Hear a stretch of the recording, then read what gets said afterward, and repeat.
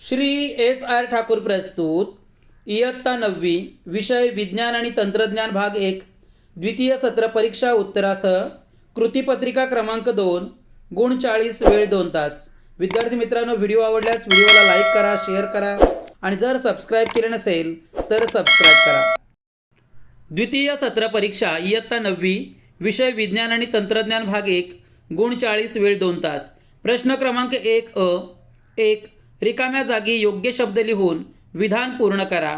1 ध्वनीचे प्रसारण टिंबटिंबमधून होत नाही। उत्तर आहे निर्वात पोकळी। प्रश्न क्रमांक 2 गटात न बसणारा शब्द ओळखा। तांबे, चांदी, ॲल्युमिनियम, लाकूड। गटात न बसणारा शब्द आहे लाकूड। प्रश्न क्रमांक 3 खालील विधान चूक की बरोबर ते लिहा। अंतर्गोल आरसा अभिसारी असतो। उत्तर आहे बरोबर।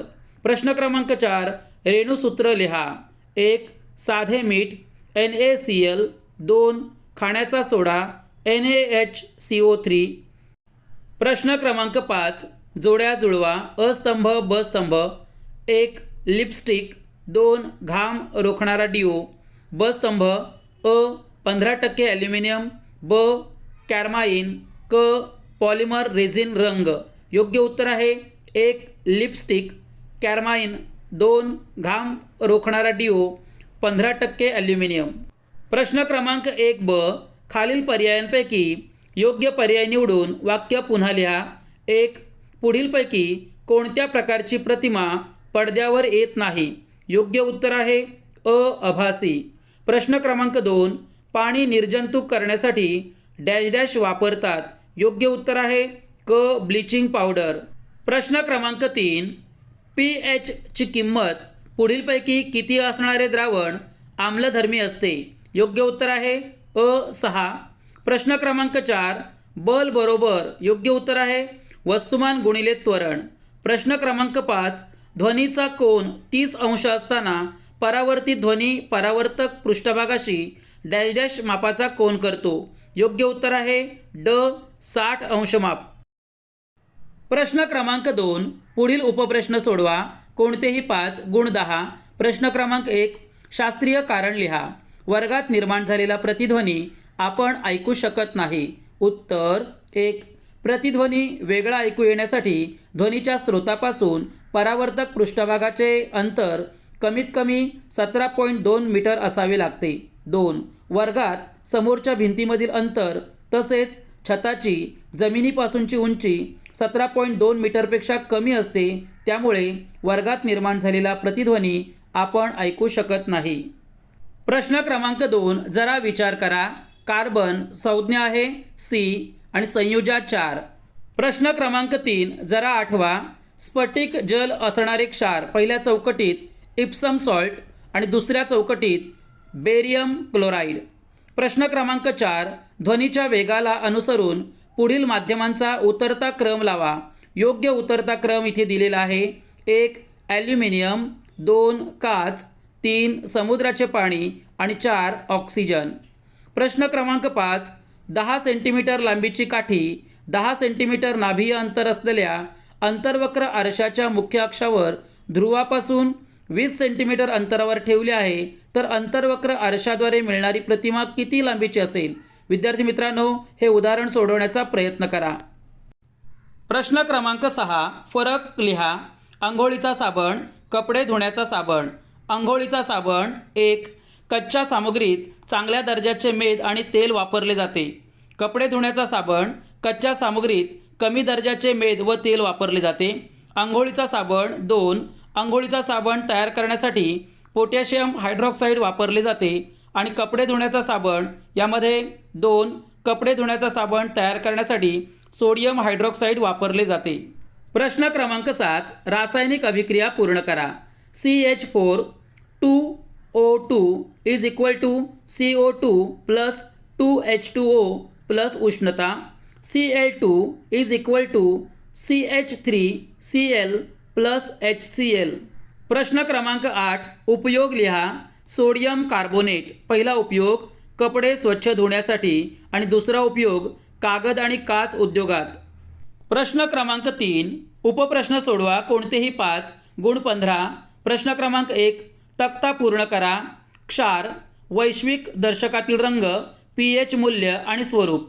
वैश्विक दर्शकातील रंग शेवाली हिरवा, जांभळा, निळा. pH मूल्य 7, 13, 9. स्वरूप उदासीन, आम्लारीधर्मी आणि आम्लारीधर्मी. प्रश्न क्रमांक 2 खालील सारणी पूर्ण करा. स्फटिकरूप कार्बन, 1 हिरा, 2 ग्राफाईट आणि 3 फुलरीन. प्रश्न क्रमांक 3 अचूक पर्याय निवडून सारणी पूर्ण करा. ए श्रवणीय ध्वनी वारंवारिता 20 Hz ते 20,000 Hz. बी अवश्राव्य ध्वनी वारंवारिता 20 Hz पेक्षा कमी. सी श्रव्यातीत ध्वनी वारंवारिता 20,000 Hz पेक्षा अधिक. प्रश्न क्रमांक 4 जरा आठवा.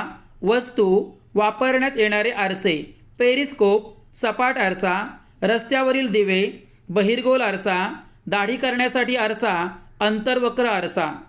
प्रश्न क्रमांक 5 खालील पदार्थांचे आम्ल, अम्लारी, धातू, अधातू, क्षार अशा गटात वर्गीकरण करा. विद्यार्थी मित्रांनो, दिलेला हा प्रश्न सोडवण्याचा प्रयत्न करा. प्रश्न क्रमांक 6 आकृती काढा.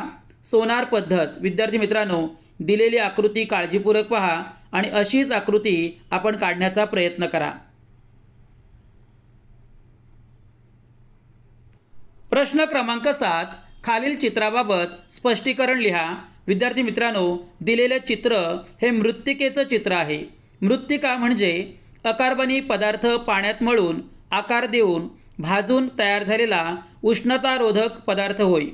कुंभाराने बनवलेली गाडगी, मडकी, माठ अशी भांडी, तसेच घराच्या छपरावर घालतात ती मंगलवरी कौले, बांधकामाच्या विटा, कप, बशा, टेरिकोटाच्या वस्तू ही सर्व आपल्या आजूबाजूला दिसणारी मृत्तिकेची उदाहरणं आहेत. विद्यार्थी मित्रांनो, पाठ्यपुस्तकातील पान क्रमांक 161 पहा. प्रश्न क्रमांक 4 कोणतेही एक उपप्रश्न सोडवा. प्रश्न क्रमांक 1 सुयोग्य आकृतीचा उपयोग करून गोलीय आरशामुळे होणाऱ्या परावर्तनासाठी चिन्ह संकेत लिहा. विद्यार्थी मित्रांनो, या प्रश्नाचे उत्तर आपण लिहा. प्रश्न क्रमांक 2 सांगा पाहू. ए रंगपंचमीला रंग खेळल्यानंतर तुम्हाला कोणकोणता त्रास होतो आणि का? तसेच बी हा त्रास होऊ नये म्हणून तुम्ही कोणकोणते रंग वापराल? विद्यार्थी मित्रांनो, या दोन्ही प्रश्नांची उत्तरं आपण लिहिण्याचा प्रयत्न करा. प्रश्न क्रमांक 3 खालील परिच्छेद वाचून त्यापुढे दिलेल्या प्रश्नांची उत्तरे लिहा. विद्यार्थी मित्रांनो, दिलेला परिच्छेद काळजीपूर्वक वाचा आणि दिलेल्या प्रश्नांची उत्तरे लिहा. प्रश्न क्रमांक 1 अपरूपता म्हणजे काय? उत्तर एकच पदार्थ वेगवेगळ्या भौतिक स्वरूपात परंतु समान रासायनिक स्वरूपात आढळतात या घटनेला पदार्थाची अपरूपता असे म्हणतात. प्रश्न क्रमांक बी कार्बनचे कोणते अपरूप विद्युत वाहक आहे? योग्य उत्तर आहे ग्राफाईट. प्रश्न क्रमांक सी कार्बनचे कोणते अपरूप मऊ असते? योग्य उत्तर आहे ग्राफाईट.